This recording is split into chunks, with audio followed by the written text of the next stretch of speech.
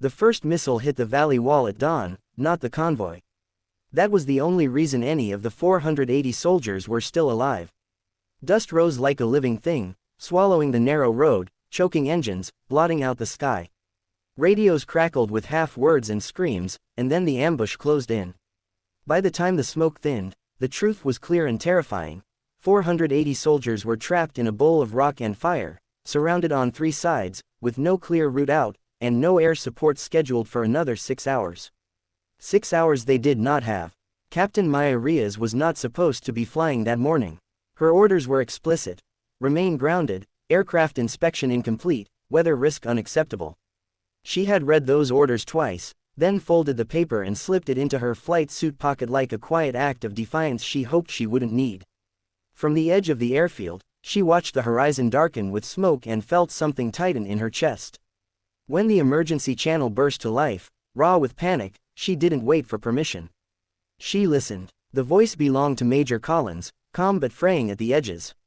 He described the terrain, the casualties, the enemy closing in.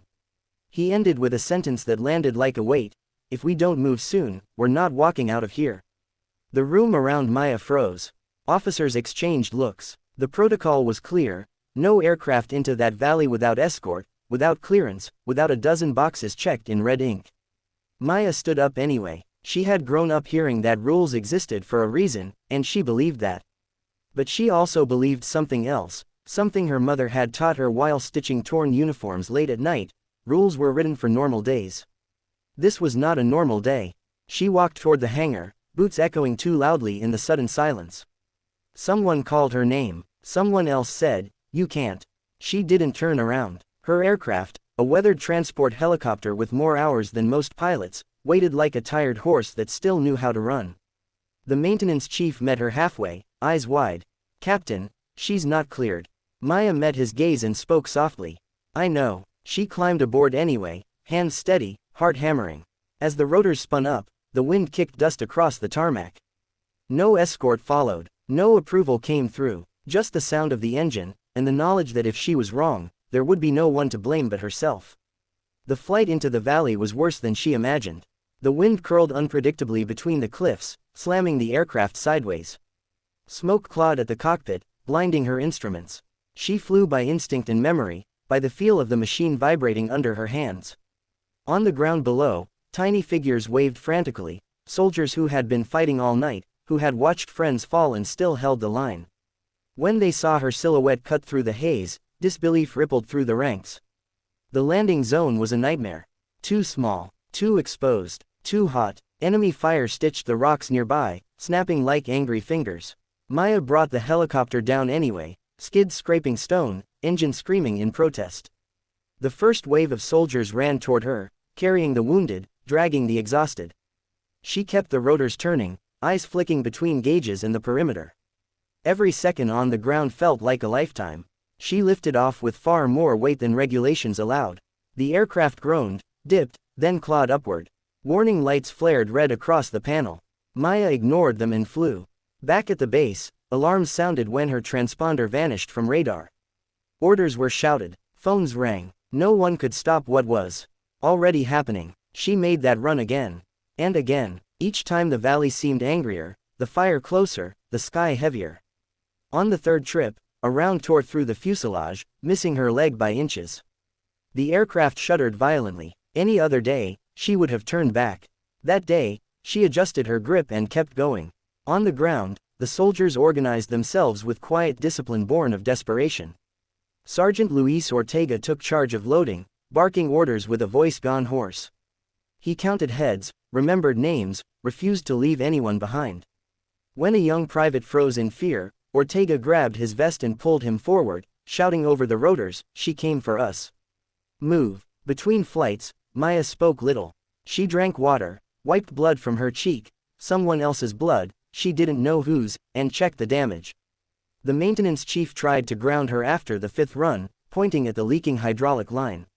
Maya shook her head. "Patch it." He did, hands shaking, knowing he might be signing her death warrant. The 6th flight was the worst. Smoke blotted out the sun completely, turning the world an eerie orange. The valley erupted in gunfire as she descended, enemies realizing what was happening and trying to stop it. Maya felt fear then, sharp and undeniable. She thought of her father, who had taught her to ride a bicycle and told her that courage wasn't the absence of fear, but the decision that something else mattered more.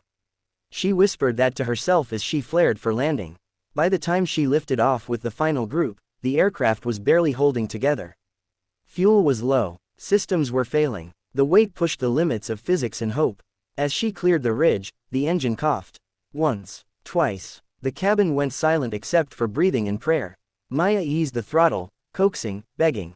The engine caught. The helicopter limped home. When the skids finally touched the runway, 480 soldiers were alive who should not have been. Medics swarmed the aircraft. Men and women collapsed onto the ground, laughing and crying at the same time. Ortega looked back at the cockpit before being pulled away, locking eyes with Maya. He raised a hand in a slow, deliberate salute. The consequences came later. Investigations, hearings. Words like reckless and unauthorized were used in clean rooms far from the smell of smoke and blood. Maya answered every question honestly. She did not defend herself. She did not apologize. When asked why she broke every rule, she said simply, because they were still there. In the end, the paperwork could not erase the reality. Reports confirmed that without immediate evacuation, casualties would have been catastrophic. Quietly, without ceremony, the charges faded. Maya returned to flying, though something had changed. She carried the valley with her, the faces, the fear, the moment when one choice outweighed 1,000 rules. Years later, at a memorial for a different battle, a line of veterans waited to speak to her. Some limped, some wore medals, all of them called her by name. One by one, they thanked her, not for being brave, but for coming back when the world told her not to. The story spread, as stories do, simplified and retold. But the truth remained powerful in its quiet center. Leadership is not about rank or permission. It is about responsibility, about seeing people in danger and deciding that their lives matter more than your safety, your career, your fear. On that day in the valley, 480 soldiers learned that hope can arrive on spinning blades through smoke and fire. And one pilot proved that sometimes, breaking the rules is not an act of rebellion, but an act of humanity.